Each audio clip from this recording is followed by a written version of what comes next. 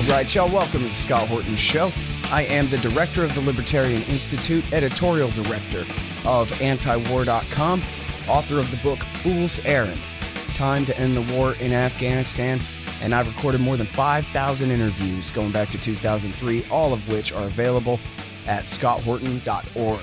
You can also sign up for the podcast feed. The full archive is also available at youtube.com/Scott Horton Show. All right, you guys, on the line, I've got Andrew Cockburn, Washington editor of Harper's Magazine, and, of course, author of Kill Chain, about the drone wars, etc. Not just the drone wars, but the terror wars. And check out this one. It's called The Enemy's Briefcase at Harper's, and there's no possessive apostrophe there. It's The Enemy's Briefcase. That's interesting. Welcome to the show, Andrew. How are you doing? Great to be with you. I'm doing fine. I thought maybe this was a reference to the fake Iranian nuclear laptop smuggled out the enemy's briefcase. But no, this is a briefcase named The Enemy's Briefcase? Yep. It's really, it's probably really, in reality, it's probably a computer file, but contains the list of those people deemed subversive who would be rounded up. Who are on, who could be rounded up if the president so decides. I mean, it's one of what are called presidential emergency action documents. Mm-hmm. And a lot of those, and they all relate to basically the secret powers that the president has, which he can invoke really when he feels like it. To do all sorts of interesting things like declare martial law, round up millions of subversives, suspend habeas corpus, and a whole bunch of other things. But on the books, and these, Trump, no one ever really talked about these at all until Trump started bragging about it. I mean, he's such an idiot that he talks about it in public. He says, I have powers that no one knew about. I can do what I want. Mm-hmm. And sad to say, that's actually true. Right. All right. Now, so a couple of things. First of all, this is one of the things that got me interested in politics in the first place, was this came out during Iran-Contra, that they had these plans that went so far as to suspend at least all effective process guarantees in the Bill of Rights, if not the entire Constitution, and Rex 84 and Garden Plot and all the continuity of government. I've spoken with William Arkin, who is the real expert on continuity of government and the different plans and that kind of thing over the years. And in fact, twice in the last year, because it came up again with the COVID outbreak for a time there. And I'm pretty sure, although it was 25 years ago, so forgive me, but I'm pretty sure this was touched on in your wife's book, Out of Control, about Iran-Contra, Leslie Coburn's book, which was the first serious political book I read in high school. Back in, say, like 1994 or something like that. So, and in fact, my understanding then was the New World Order is going to suspend the Constitution and declare martial law and cancel all the elections and turn America into a dictatorship pretty much any day now. But that was 25 years ago, and it was actually reporting on stuff that had happened about 10 years before that, and it never happened. They keep holding these silly elections and having these horrible presidents. And then I wanted to say one more thing. You can say whatever you want about that. But also I wanted to say one more thing just to set up, too, which is that you're not the type to, get caught up in a bunch of Russiagate nonsense or any of these kinds of crazy, mainstream liberal conspiracy theories about Trump, and you haven't been. So it seems like you're taking the opportunity of this discussion to bring up this topic that's really much larger than Trump. But I wonder whether you're really worried that he's going to try to pull some stunt with these powers during the election here.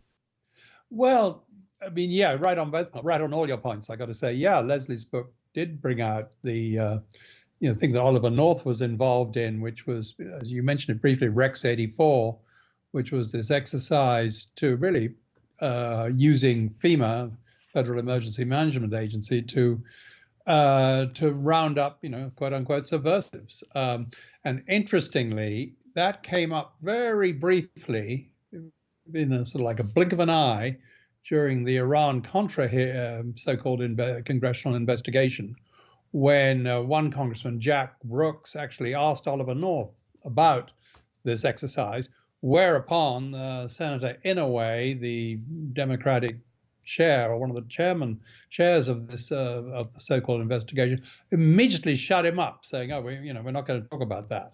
So it's it's a very I make that point, raise that point to say this is a bipartisan affair. All right, Andrew, actually, I have that clip. Let me play it here real quick for the people. It's real short. I don't know if in your work at the NSC, were you not assigned at one time to work on plans for the continuity of government in the event of a major disaster? Mr. Chairman. I believe that question touches upon a highly sensitive and classified area, so may I request that you not touch upon that, sir? I was particularly concerned, Mr. Chairman, because I read in Miami papers and several others that there had been a plan developed by that same agency, a contingency plan in the event of emergency that would suspend the American Constitution. And I was deeply concerned about it and wondered if that was the area in which he had worked. I believe it was, but I wanted to get his May I most confirmation. respectfully request that that matter not be touched upon at this stage. If we wish to get into this, I'm certain arrangements can be made for an executive session. All right, so as you said, that's Jack Brooks, Democrat representative from Texas, shut down by Senator Daniel Inouye. It was a joint committee there. Senator Daniel Inouye from Hawaii for daring to bring this up. As I said, it shows that, plans to the possibility of suspending the Constitution has bipartisan support, as you can gather from that exchange. I mean, they never did go into it, as far as I know. Well, I do know, even in a classified venue during that investigation. Sure. So you asked about, yes, of course, I haven't, I've had no truck with I have no truck with the sort of liberal QAnon versions of QAnon, which is, right. The Russiagate, paranoia, and, Putin's puppet, which is, manifestly nonsense. Trump has been actually as much of a Cold War, proponent against Russia as any of his predecessor or anyone else. But on the other hand, he is, he's a very dangerous character. I mean, he is, by inclination a fascist, I think. And so I think it's worthwhile, first of all, to bring it up in this context of Trump, facing an election he may well lose, and he's capable of anything. I mean, he's getting very, maybe it's the steroids at work or whatever, but he's getting very strange indeed in some of the things he's saying and tweets he retweets and so forth. So that's point one. And point two is, as I tried to say it in the article, certainly at the end, that this is, even if Trump goes away tomorrow or come sometime between now and January 20th, that this situation will still be there, that there'll be these latent powers in existence on the secret books for any president, and maybe one sort of just as evil but smarter than Trump, to come along. I mean, as I say in the piece, presidents we now revere retrospectively, like even, God help us, George Bush, absolutely trampled on the Constitution and got away with it. Mm-hmm. Trump, Bush suffered no sanction for all the things he did, and nor did, Obama was able to start killing U.S. citizens, and no one really complained. So we're always on the edge, I feel, and that's not going to go away with Trump. Mm-hmm. Well, one of the things that William Arkin was talking about was so concerning to him about this stuff is that you really have like this shadow government in waiting, where people are designated in secret, but they're supposedly people that we would have heard of from our longtime political establishment that we could trust in case, I don't know, somebody nukes D.C., but then that's say, well, we still have Hillary Clinton and Donald Rumsfeld and a few other people who have held high office before Colin Powell, so we're just going to put them in power, something like that. But one of the things he talked about was that, even if they were alive, that under the law, the 25th Amendment, where Nancy Pelosi or then the president pro tem of the Senate, I forget who that is right now, but that they would actually not be in the line of succession.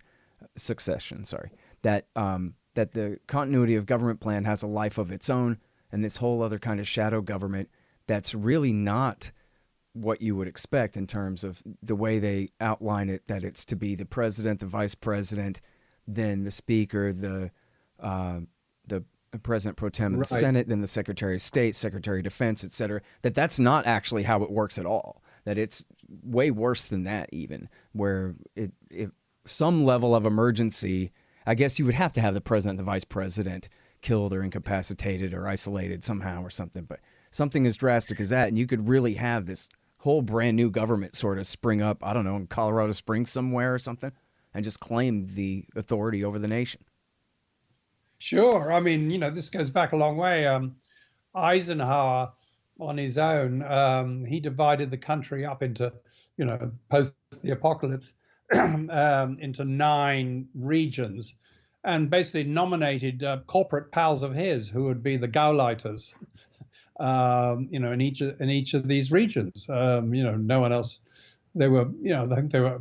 I can't remember any of the names, but they were sort of corporate honchos that Eisenhower played golf with and quite liked, and they were going to be in charge. And that's gone on. You're exact. I mean, as I've written, one of the people who was two of the people very much into the whole continuity of government idea were Rumsfeld and Cheney. This is a big part of your book on Rumsfeld. Everybody, sorry to interrupt you. You got to read Andrew's book on Rumsfeld. It's called Rumsfeld. And man, it'll blow your mind. I'm sorry, but it's such a great book. Then there's like 100 great things in there. Sorry, go ahead.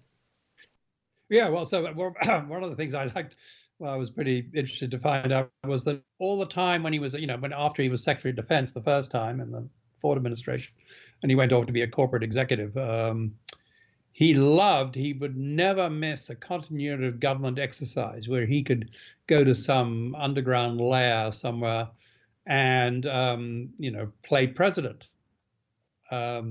year in, year out. And he was joined a lot of the time by Cheney. Cheney would sometimes miss them. We'd sometimes found something better to do, but Don was always there. Mm-hmm. And they'd simulate, they'd play games, they'd simulate a nuclear crisis. And Rumsfeld always went for the extreme option, which was strategic nuclear exchange, blowing up everything. That's what Rumsfeld was really into. Yep. Yeah, that's actually come up. I cite you on that on the show from time to time about him, and as whether we're talking about nukes or whether we're talking about Rumsfeld. It's such an important anecdote where I think the way you write it in the book too was that the games would be designed to give off ramps where we have like a 2-day delay and maybe we could get the King of Spain to negotiate or something, right? And instead he just still keeps dropping H-bombs and refuses to call a halt. Yeah, that's our Don, and it's so that's the mindset. And he must be getting a bit old for it now. I doubt they use him anymore. But as Arkin said, we have this whole shadow government waiting, and very, very well financed, by the way. It's billions and billions of dollars. And it just doesn't get much discussion. That's quite a good book. I don't know if you've covered it, Raven Rock, that came out earlier this year. By a guy called Graff. It's worth a look. He's traced the history of it, and he's quite good on the how elaborate this system is. I mean, the whole mountains being all over the place being hollowed out. That's been going on now for since really the late 90s, since the Truman era, in fact, and it just gets bigger and bigger, and nothing ever slows it down. It's literally a money pit. So that's the context of all this. Yeah, it really is like Dr. Strangelove, and people say that, and it's a satire, and the reason it hits home is because of how close it is to the truth, right? But These people really Right. are as mad as any human animals could possibly be with their nuclear war plans. You know, I had this guy, Tom Kalina, on the show to talk about the nuclear sponge, where they deliberately spread, Minuteman silos all across Nebraska, Colorado, the Dakotas, Montana, etc., just to draw the Russians' fire to these, mundanes in flyover country in order to, soak up the hit in order to protect the coasts for our betters who, in all cases would have been the ones who got us into the nuclear war in the first place. And you know what the Yeah. answer to that is? We'll just build more shelters for ourselves. We'll just hollow out more mountains for ourselves and leave the mundanes to bake in the nuclear fire. Right. I wonder if Trump understands this, because, of course, that would be about saving what he would call Democrat states, wouldn't it? Yeah. maybe he'll start pulling the silos in Central Park or something. Yeah, exactly. Which would be fair enough to me, I think, Yeah. The other point, the thing is, this has been allowed to happen. That as that exchange, you played earlier when they quickly shut up Jack Brooks when he tried to ask about this, that both I blame, you have to blame the Congress, both parties who've put up with this. There was a brief, as I, talk about a lot in the piece, there was a brief flicker in the mid 1970s when, because of, the war, the backwash from Vietnam and Watergate and Nixon, and the '74 Congress was a very, I mean, think of nowadays, unthinkably sort of amazingly liberal, progressive Congress. Remember the 1974 Congress that was elected that year. In I think the 75 or 76, they came within about three votes in the Senate to break up the oil companies. Can you imagine anything like that happening today? It was that radical. Yeah. Well, the famous Church Committee and the less famous Pike Committee that you write about in here. Yeah, they really pushed, and they were. They sent a little tremor of fear through the establishment, through the permanent government that we're talking about. There's one story that I didn't make it into the piece just because of length, but I'd just might amuse you, which was that the Church Committee, because remember Church was running for president, so he didn't want to be too kick over the traces too much, but so he was negotiating with the White House and the CIA about what documents they could get, and they got a lot, but still they observed boundaries. Meanwhile, the Pike Committee, Otis Pike was this tough old ex-Marine from Long Island. He had a different approach. He promised his staff, he said, for every document anyone produced that Henry Kissinger or the CIA didn't want them to have, he would award an immediate bonus of $500. And that's how the Pike Committee got hold of a lot of documents. Yeah, incentives are important. A friend of mine who was on the committee. Yeah, exactly. Like as I said, Greg Rushford, who was a staffer on the committee, told me this, and he said he doubled his salary in a year. He got hold of a lot of stuff. That's the attitude you need, and God help us, you're never going to get it today, unfortunately. Hold on just 1 second. Be right back. So you're constantly buying things from Amazon.com. Well, that makes sense. They bring it right to your house. So what you do, though, is click through from the link in the right-hand margin at scotthorton.org, and I'll get a little bit of a kickback from Amazon's end of the sale. Won't cost you a thing. Nice little way to help support this show. Again, that's right there in the margin at scotthorton.org. Hey guys, Scott here for Photo IQ at photoiq.co. Gus Cantavaro is a longtime professional photographer with years of experience specializing in teaching homeschool students. Photo IQ is now offering online courses for those age 13 and up. Public school kids are welcome too. There are 32 lessons, a full curriculum, which include unique feedback and direction from the instructor. Gus will take you from knowing nothing to mastering the controls. Take a couple of free lessons on the site to try it out. They're offering a discount of 20% off through September, and use the promo code SCOTT to save another 10%. That's photoiq.co. Hey, you want to know what industry is recession-proof? Yes, you're right, of course, pot. Scott Horton here to tell you about Green Mill Supercritical Extractors. The SFE Pro and Super Producing Parallel Pro can be calibrated to produce all different types and qualities of cannabis crude oils for all different purposes. These extractors are the most important part of your cannabis oil business for precision, versatility, and efficiency. greenmillsupercritical.com. I mean, exactly right. I mean, can you imagine them really taking this on right now? And so, wait a minute. Here's the thing, too, and it's all my fault. I didn't really let you explain going back the way you do in this thing. This goes back to World War II. This is FDR and Truman, the real founding fathers of America, of our modern American empire, and it's been since then. And just how many layers of emergency are we under? For every war we fought, we have an emergency. We got one for drugs. We got one for probably, I don't know, earthquakes. But just how far do they go? What kind of tyranny do they really describe here?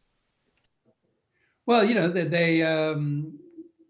the emergency, I mean, the great thing of the beauty of emergencies is that they're fungible, so that you can use an emergency for, the drug war to do something else, to go and bomb another country. I mean, George Bush used the war on drugs to invade Panama and kill a few thousand people. It's and as you say, I'm glad you brought that up. It does go back to Roosevelt. We revere FDR, the New Deal, and that was great. But he gave J. Edgar Hoover this vaguely worded sort of imprimatur to go after subversion, undefined, in 1938, I think it was. And they agreed, as I say in the piece, that they agreed that there was no need to tell Congress about this.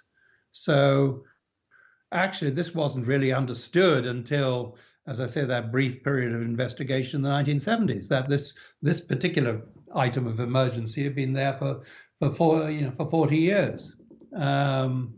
FDR, it's really, you can't separate this out from, this is, as you say, the warfare state. I mean, actually, I found an example that FDR, back when he was Assistant Secretary of the Navy in 1917, and he was all eager to get on with the war, this war against Germany, and he found a way to speed things up in war preparations to get round Congress. I mean, he was really into this stuff, and he would. So he had no trouble later on in facing World War II in implementing these kind of states of emergency and wartime extra constitutional arrangements. And Truman went along with it. Eisenhower was very keen on it. Kennedy, absolutely didn't balk at it. Johnson flouted the Constitution every which way. And Nixon, we all know about. It really never has gone backwards. I mean, you have brief things like the War Powers Act, which was meant to stop them. Presidents launching wars whenever they feel about it. Well, see how that's worked out. How many wars are we in now that haven't been declared by Congress? It's really, once you start looking at it, it's quite staggering. As a friend of mine who's been Joel McClare, a former White House official, he said he looked into it a lot because he's also been a Pentagon consultant on various things. He said if the president chooses to ignore it, the Constitution is no more than a gentleman's agreement. And that's, something people have to understand. Right. Yeah, that's true. It's a tradition.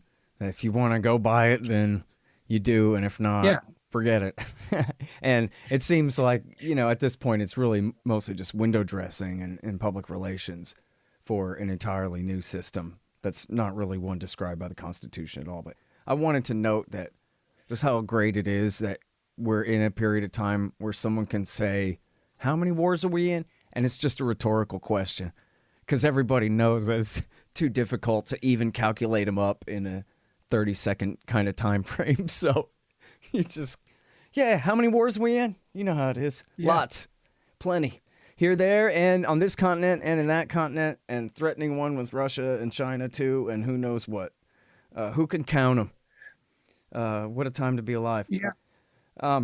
Yeah, and then so now, what are we talking about? Like, say Donald Trump or Joe Biden or whoever, Bill Clinton, declared that I'm invoking all these national emergencies. Well, I guess two questions here. Wouldn't they really need an emergency, like somebody nuked D.C. or something like that, to justify, even internally inside the government, kind of going for the full overreach? And then what would the full overreach look like in terms of military and the erosion of state sovereignty and that kind of thing? Well, I think we got a smell of this with the COVID-19 epidemic. That's an emergency. That's I know you've discussed this on the show before, that they can start, you can declare, telling people you can't leave your house, suspending, taking control of food deliveries. I think we're getting a little bit of a taste of it now, and then of course everyone will agree. Oh my God, this is an existential crisis. I think we're getting a taste of it, or we could be getting a taste of it here and now. What would it look like? I think it would be first, would be like control, even more censorship of the internet, which already we're seeing that too. Now actually imposed by the internet companies themselves, as Twitter showed us a couple of days ago. It won't. I think it'll be first. The way I see it happening, absent of like a nuclear war, first gradually and then suddenly, you'll find little freedoms being chipped away. First of all, what you can say on social media, then what you can where you can travel, then I don't know, how where you can shop, what you can buy, what is that, maybe then elections will start being postponed, some local elections. I mean, it'll be, I can have to think of it some more, but you could do a scenario where they're eroded. It wouldn't have to be that slow. It could happen over a month or two, and people would sort of go along with it. I mean, the lack of protest over this little thing, the Twitter censoring the New York Post, I thought was pretty interesting. The Republicans give a fuss about it, but I don't see widespread protest, which there should be. I mean, I'm not invoking saying that this was absolutely necessary. Probably was a lot of that faked. I don't know, but still, I mean, as someone pointed out, supposing Trump's tax records had been, first of all, hacked by some foreign government, by the Russians or the Chinese or something, and then given to the New York Times, would Twitter then, would that be banned from, internet discussion? I mean, we got a precedent there. So I think it is very dangerous. I think, we've seen since 9/11. I mean, we've talked about this a lot. The Patriot Act, the illegal wiretapping, the fact that no one suffered so much as a minute of incarceration for things like torture, for all the illegal surveillance, or what we thought was illegal. Turns out in their system, the parallel systems of law, it was entirely legal because they just said it was. So things have been going downhill at a fairly regular clip, wouldn't you say? Yeah, it sure does seem like it. Well, and the thing of it is, the government that the Constitution describes, it's been generations now since those were really the limits on the government's power. So at that point, it simply is. It's sort of like in England, where they don't have a Bill of Rights. They have, kind of their tradition, but no real constitution. And that's really how we are now, too, where it's a floating thing. I don't know if you saw this, the New York Times ran a major piece saying that free speech is just out of control and we've got to have the government clamp down on it. And, justifying all of this, that, that's one of the biggest problems in our society is people can say what they want and it's just got to stop. And they write that in the New York Times because I guess they know it's not their voice that's going to be silenced, You couldn't make it up. You couldn't make it up. It's so insidious. There's I mean it's a I think it was Huey Long said he was asked, I think it's a famous statement, he was asked if we could have fascism in this country. He said, sure we could, we just have to call it anti-fascism. Yeah. Yeah, that's exactly right. Yeah, call it centrist, moderate liberalism. Exactly. Yeah.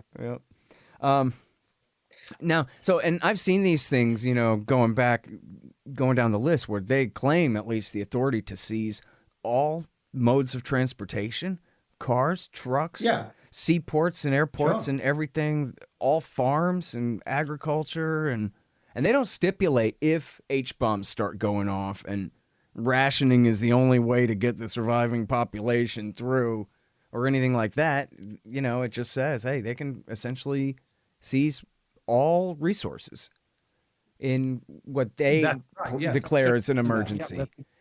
It really, well, and I guess I should phrase that in the form of a question.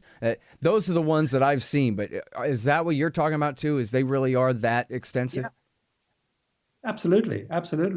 I mean, that's a very important, all resources, all productive resources, all forms of transportation, airports, as well as communications. Yeah, it's all there. Yeah.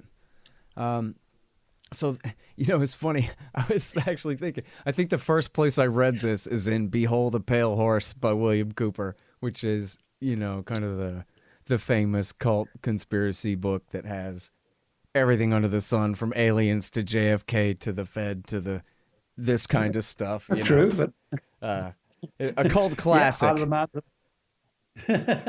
Yeah, a great work. I agree. Anyway. Yeah. So yeah, it's nice to know that. Yeah, no, he was right about that. That William Cooper's craziest version of the latent totalitarian powers of any given American president was spot on, and you can read about it in Harper's.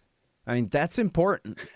Really, That's a great way to put it. Yeah. It's a great way to put it. I mean, because that's not, it might be a fringe topic, but it ain't fringe information. It's true. It's extremely important, and, so now speaking of the election, if this thing, I don't know, there's all these predictions that, Trump is going to invoke these kinds of things and do anything it takes to stay in power. But it seems to me like that's really just kind of PR spin, just kind of in its own way, a negative attack ad portraying him as that dangerous and that kind of thing. But what do you think of that? Well, maybe. But, he is, there's two things going on. It seems there's two things.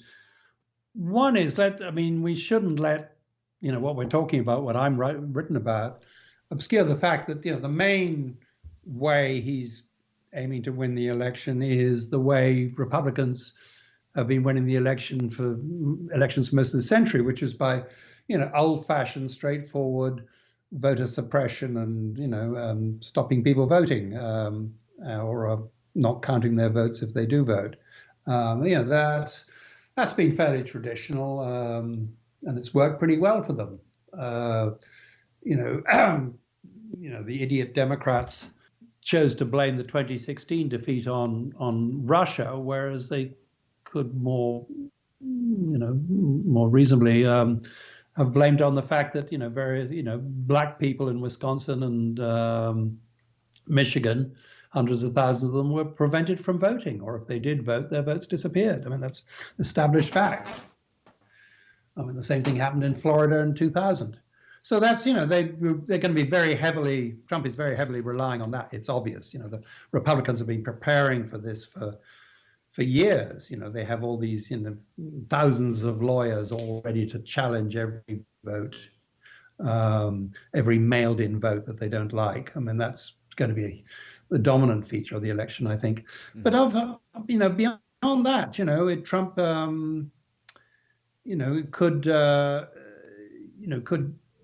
could easily, I think.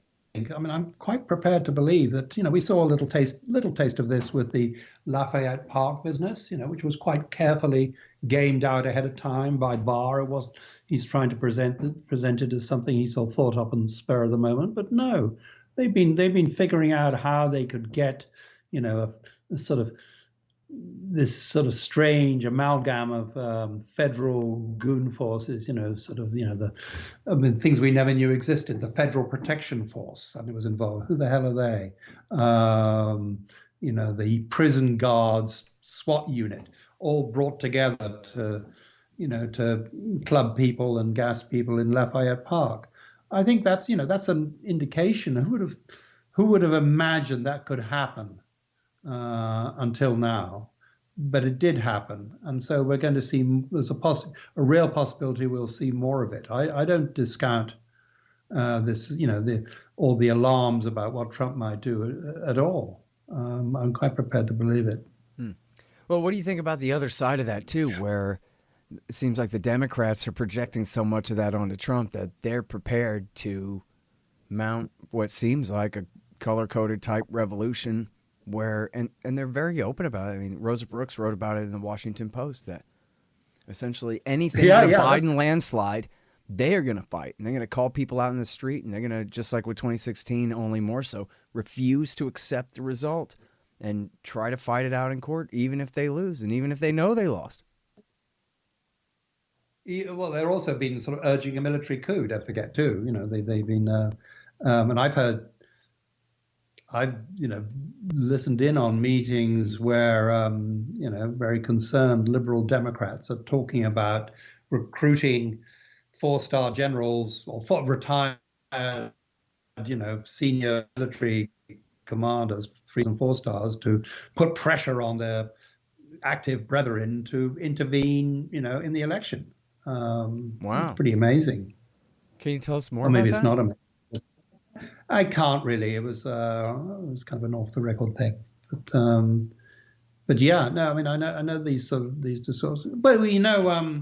Well, I'll give you something we do all know about, which is 2 of I forget the name of one of them, Nagel. Chad Nagel. No, Chad Nagel's the writer. No, John Nagel, the Afghan war counterinsurgency guy, right? Right. Uh-huh. Right. One of Petraeus's pets. Right. He and a colleague, someone like him, whose name we both forget, they actually urged military intervention, urged a military coup.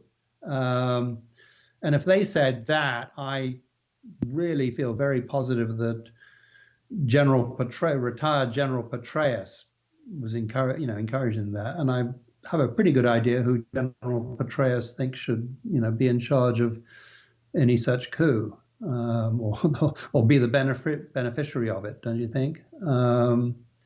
Anyway, so there's all this very unsettling talk on all sides. So there we go. I'd say so. The only thing, and look, I swear I'm not a partisan on either side of this. I'm just Howard Cosell calling the score. But I think that probably the solution is going to be the likely result, which is Donald Trump is going to win by a convincing amount, and the Democrats aren't going to be able to do a damn thing about it. And Biden, no matter what his cheerleaders say, is not going to try to push it, and then that's going to be it. The incumbent always wins. My whole lifetime, I mean, Jimmy Carter doesn't count, but... we all know about the October surprise. And Bush Sr. doesn't count because he was the 12th year of Reagan-Bush. So that wasn't the same thing really as being just a one-term president. But I think Trump has all the advantage going into this thing, honestly. Yeah, I'm not sure. I don't necessarily agree. I fear you might be right, but I don't think it's right. I mean, I'm talking to you from rural Virginia. Mm-hmm. Where, in a red district, where 4 years ago you never saw a Democratic sign, because the Democrats were afraid, and also because Hillary Clinton's idiot campaign staff said, didn't believe in yard signs. The people didn't put them out because they were afraid. The Russians stole them all. Well, they're afraid that quite reasonably that the Republicans would come along and seize them or target their house or something. Yeah. But then I have to say, 2 years ago, when Leslie actually ran for Congress, and she encouraged, she gave out thousands of signs, and there were a lot of Democratic signs around the place. This year, it's an amazing. You go around places, districts, little town villages. I would never have imagined that a Democrat would even poke its nose there. I'm seeing Biden-Harris signs. So I don't know. I don't necessarily share your view that Trump has got it in the bag. Well, like we're talking about, the closer, the worse it is for the country, really. I mean, if Biden wins convincingly, then that's fine, too. I just hope that it's not one of these, very hard to determine, and then finally you have the popular vote in the Electoral College and conflict again, and all this kind of thing is that could cause some problems. Yeah. And everybody's so raring to go. Everybody's so prepared already to fight about it after Election Day that who knows what could happen, really, I guess, Really, yeah. Well, meanwhile, side of a New York Times story, all these people, well, everyone knows, people, millions and millions of people are, on the brink, are really hungry. Children are hungry. I mean, it's, just catastrophic what's going on in every respect. Yeah. Listen, Scott, I have to go off and deal with something else in a second. Sure. This has always been great. Yeah. Well, thank you again for coming on the show. It's great to talk to you as always, Andrew. And everybody go and check this out. They'll let you pass the paywall for a day or two here, I think. It's harpers.org. The Enemy's Briefcase. Yeah. And let me just say a little tip. If you go on go to the Harper's website and you're not a subscriber, that's only $20 a year. It's not bad. And an annoying sort of thing telling you to subscribe appears. There's a little blue square. Click on the blue square, and I think it goes away, and then you can read it for free. Great. Yeah, and it's an important one. The Enemy's Briefcase, Secret Powers and the Presidency by Andrew Cockburn. Thank you again, sir. Hey, thank you, Scott. The Scott Horton Show, Anti-War Radio, can be heard on KPFK 90.7 FM in LA, APSradio.com, antiwar.com, scotthorton.org, and libertarianinstitute.org.